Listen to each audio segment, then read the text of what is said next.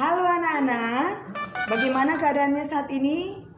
Pastinya tetap semangat dong. Meski kita belajar daring, kita harus tetap semangat, tetap belajar giat. Meskipun kamu di rumah dan ibu dari sini, kita harus tetap belajar. Ya, apakah kamu sudah siap untuk belajar bahasa Indonesia saat ini? Oke, mari kita belajar. Ya. Pada bagian ini atau pada bab ini kita akan belajar tentang teks prosedur. Ayo, siapa yang tahu apa itu teks prosedur? Sudah pernah dengar belum? Oke, teks prosedur itu adalah sebuah teks yang berisi sebuah langkah-langkah untuk menjelaskan sebuah hal yang harus dilakukan untuk mencapai tujuan tertentu. Sudah bisa disimak? Oke. Teks prosedur tadi bertujuan untuk menuliskan langkah-langkah untuk melakukan sesuatu. Ya. Untuk apa teks prosedur itu dibuat? Ada tujuan dari teks prosedur ditulis, yaitu untuk membantu pembaca agar dapat melakukan atau membuat sesuatu. Oke. Adakah strukturnya? Tentu ada. Struktur atau bagian-bagian yang harus terdapat dalam teks prosedur antara lain 1. Pendahuluan. Dalam pendahuluan terdapat tujuan. Tujuan apa yang harus dikerjakan.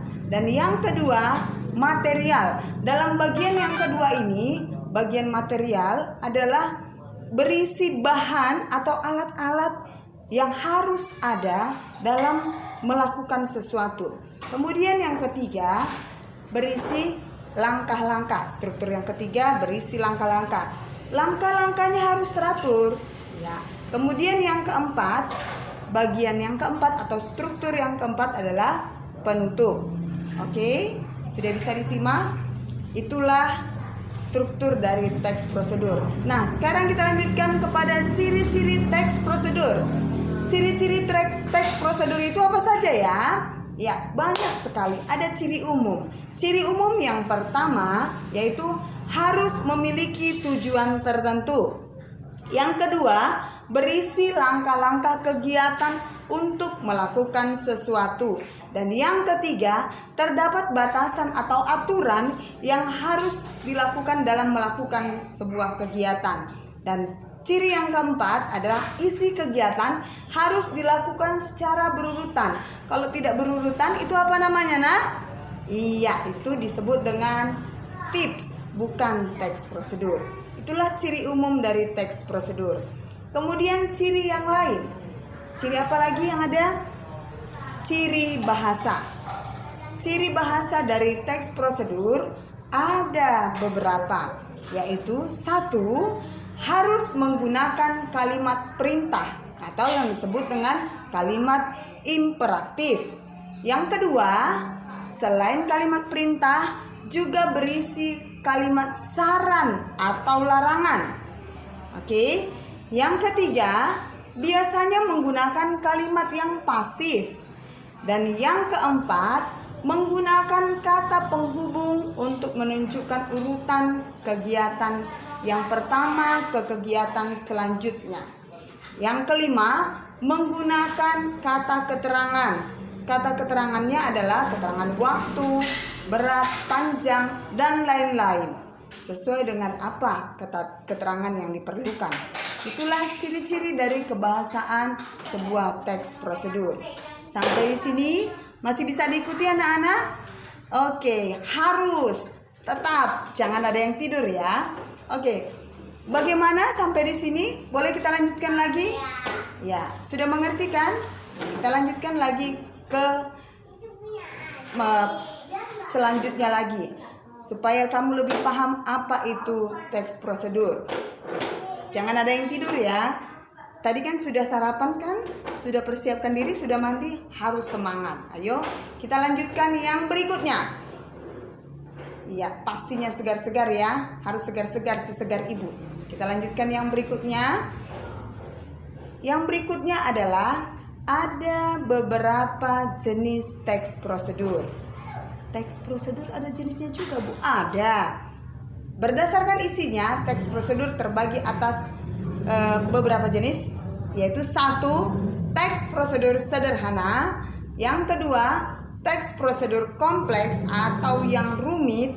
Dan yang ketiga, teks protokol. Teks prosedur protokol yaitu teks prosedur yang tidak begitu rumit.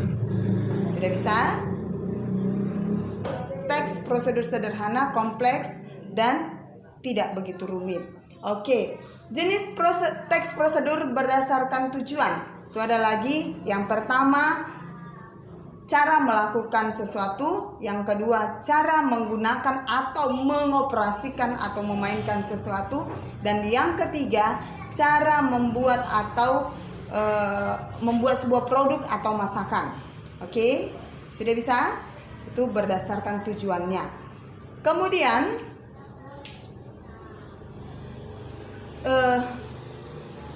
yang lainnya, hal yang diperlukan lagi adalah ya.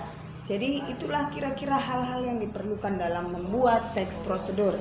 Jadi dalam kehidupan sehari-hari kita dapat menemukan teks prosedur itu di lingkungan kita, atau kita bisa membaca beberapa teks prosedur, mulai dari teks prosedur yang kompleks ataupun teks prosedur yang mudah atau yang tidak rumit.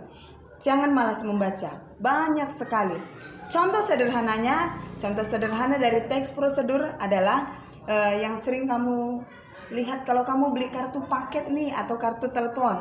Ada di situ cara menggunakan atau cara mengaktifkan nomor handphone. Nah, itu adalah salah satu contoh dari teks prosedur. Atau kalau kamu buka internet, cara memasak sesuatu. Contoh nih, cara membuat brownies. Nah, ada langkah-langkahnya. Itu juga adalah contoh-contoh dari teks prosedur. Oke anak-anak, sampai di sini dulu video dari Ibu. Tetap semangat, jangan malas belajar, jangan lupa rajin membaca buku, rajin membaca-baca hal-hal penting yang dari Google, tapi jangan hal-hal yang tidak penting. Jangan pula asik main TikTok pula yang kamu lakukan di handphonemu ya, atau asik main game. Halo para lelaki ataupun anak-anak ibu yang perempuan. Biarpun perempuan saat ini sudah terlalu asik chattingan atau main game. Ya, laki-laki ataupun perempuan, tetap kendalikan tanganmu, lakukan yang terbaik. Untuk apa handphonemu itu ada? Untuk pembelajaran, untuk membantu kamu menjadi lebih pintar. Oke? Tetap semangat belajar, tetap jaga kesehatan, tetap jaga diri. Jangan lupa, jangan berkerumun atau jangan pergi keluar jika tidak penting. Tetapi jika itu penting, maka tetap sterilkan tanganmu, bersihkan tanganmu sesering mungkin, baik itu mencuci tangan ataupun menggunakan pensteril atau hand sanitizer. Oke? Tetap semangat meskipun masa pandemik ini kita belum bisa bertemu atau bertatap muka di kelas, kita bertemu lewat jaringan. Oke? Demikian video pembelajaran dari Ibu tentang teks prosedur. Oke, selamat bertemu kembali di lain waktu. Salam.